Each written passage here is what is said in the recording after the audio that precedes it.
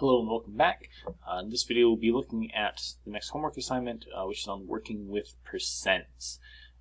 And the first thing to really drive home is the fact that any percentage is just a number, and that's all it is. So for instance, the number 20% is in fact we can write this as a decimal, 0.20. And we will refer to anything with a percent sign as a percent. When we delete the percent sign and turn this into just a regular number without a percent sign, we will call these decimals, or we will represent the percent as a decimal. So when we look at these two, these are absolutely equal. They are saying exactly the same thing. It's just we've written them in different ways. One of them will have a percent sign and one of them doesn't. So for instance, and just to clarify, cent means 100. So for instance, in the word century, that's 100 years. Or 1 cent is 1/100th of a dollar. It takes 100 cents to make $1. So the word cent means 100. So if I want to take a percent and turn it into a decimal, I have to recognize that this symbol here means divide by 100. So 20% is the same thing as 20 divided by 100. So this is going to be the same thing as 0.20. If you take 20 and divide it by 100, we're just shifting the decimal place over twice. So it's pretty easy to turn percentages into decimals and vice versa. So let's look at a few of the following. So we want to write these as decimals. So again, 13.6% means divide by 100. So this is going to be the same thing as 13.6 divided by 100. And the easy way to divide something by 100 is to scoot the decimal place over twice. So we have 13.6. The decimal place would normally be after the 3, and we'll scoot it over twice to get 0.136. And then I'll just add the 0 there to make sure that we understand that it's 0.136. 5%, again, this is going to be 5 divided by 100. And what I'll do is I'll write 5 here. Normally the decimal point would just be right after the 5, and I need to scoot it over twice. But there's nothing there, so what I'm going to do is I'm going to add some zeros in front of it, so that when I do scoot the decimal place over twice, I now have 0.05%. 0.05. 0.05 is the same thing as 5%. And then this last one, 100%. This is a quite a nice one. Again, percent means divide by 100. So 100 divided by 100, well, that's just 1. An easy way to think about this is 100% of something is all of it. And the number 1 sort of represents just everything. If you multiply something by 1, it doesn't change. 100% of something is just itself. And we'll see more of this in a little bit. So now we want to write the following as percents. So to take a percent, to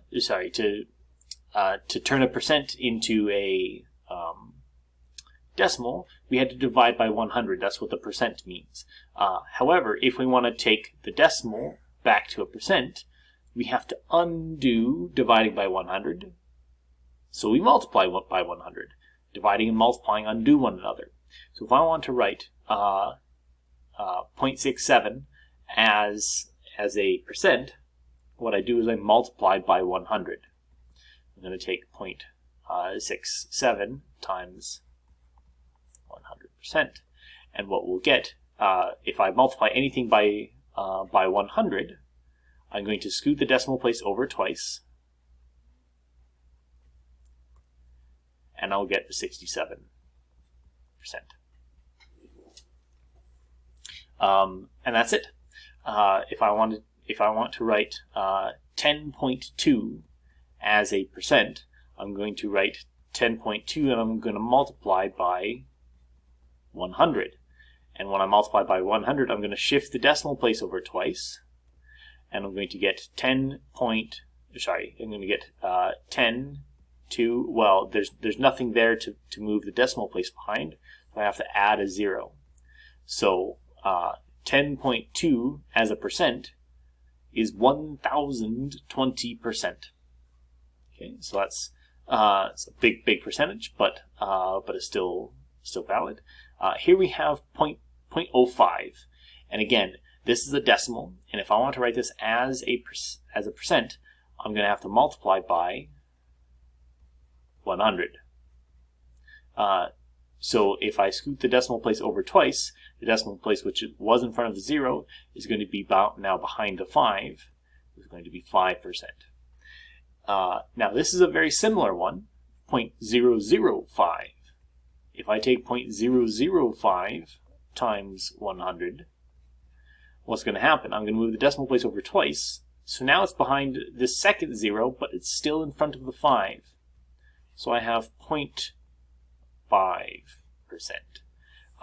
These are very easy to get mixed up when we see lots of zeros in there.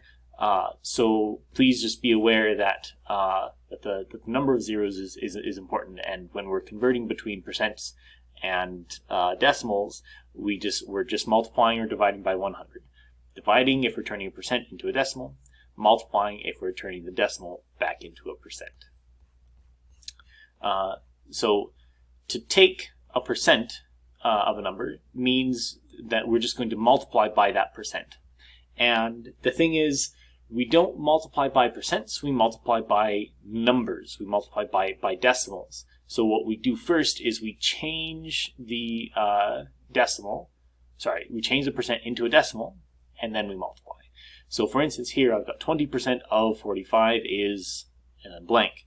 So what I want to do, I want to take 20% and I want to multiply by 45. Thing is, this is a percent and I want just a number. I don't want that percent sign there.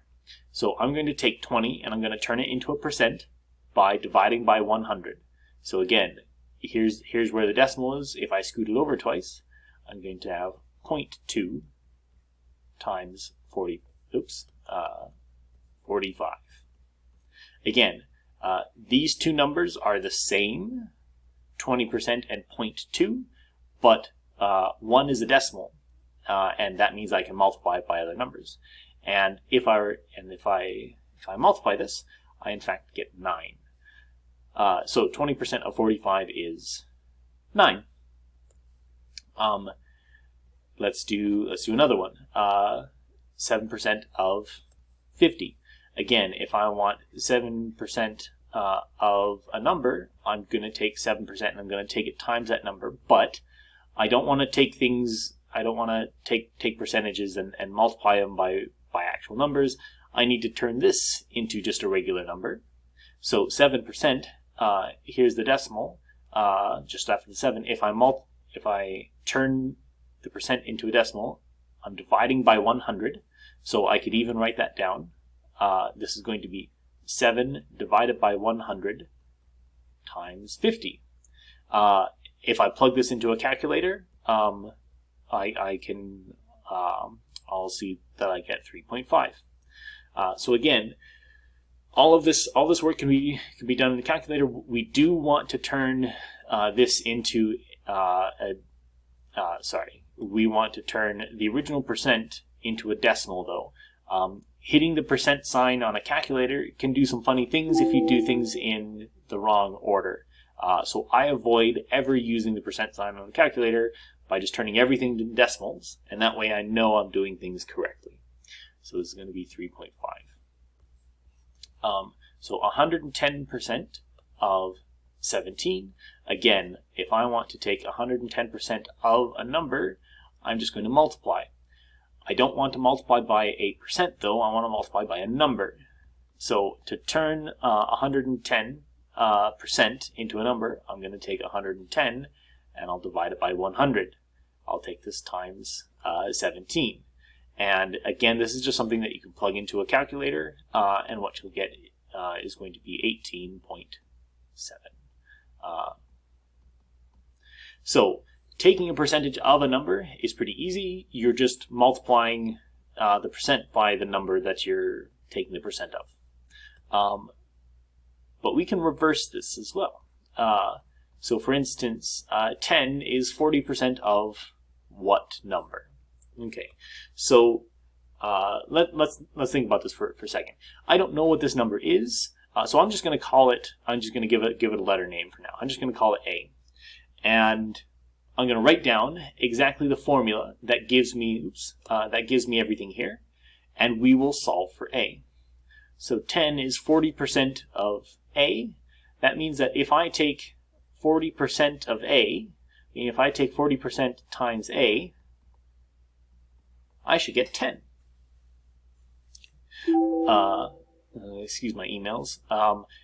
The thing is, I don't want to multiply by a percent, so I'm going to turn this into a decimal by saying I've got 40 divided by 100 times A is equal to 10. And here I have a number times A is equal to 10. I'm going to simplify this. 40 divided by 100, I can plug this into a calculator, and I'll get 0.4 times A is equal to 10.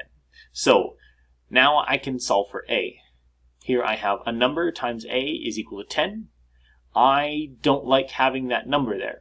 So how do I undo multiplying by 0.4? I divide by 0.4. So what is A going to be? After I divide by 0.4, those guys cancel, and A is going to be 10 divided by 0.4. And if I plug that into a calculator, I will get, in fact, 25. So up here, 10 is going to be 40% of 25. Again, we just wrote down the equation that we know is true. 10 is 40% of, and then I didn't know what that number, so we called it A. So 40% of A is just the same thing as 40% times A. And we knew that that was 10. The rest is just algebra. So let's look at this one. 16 is 12.5% of something.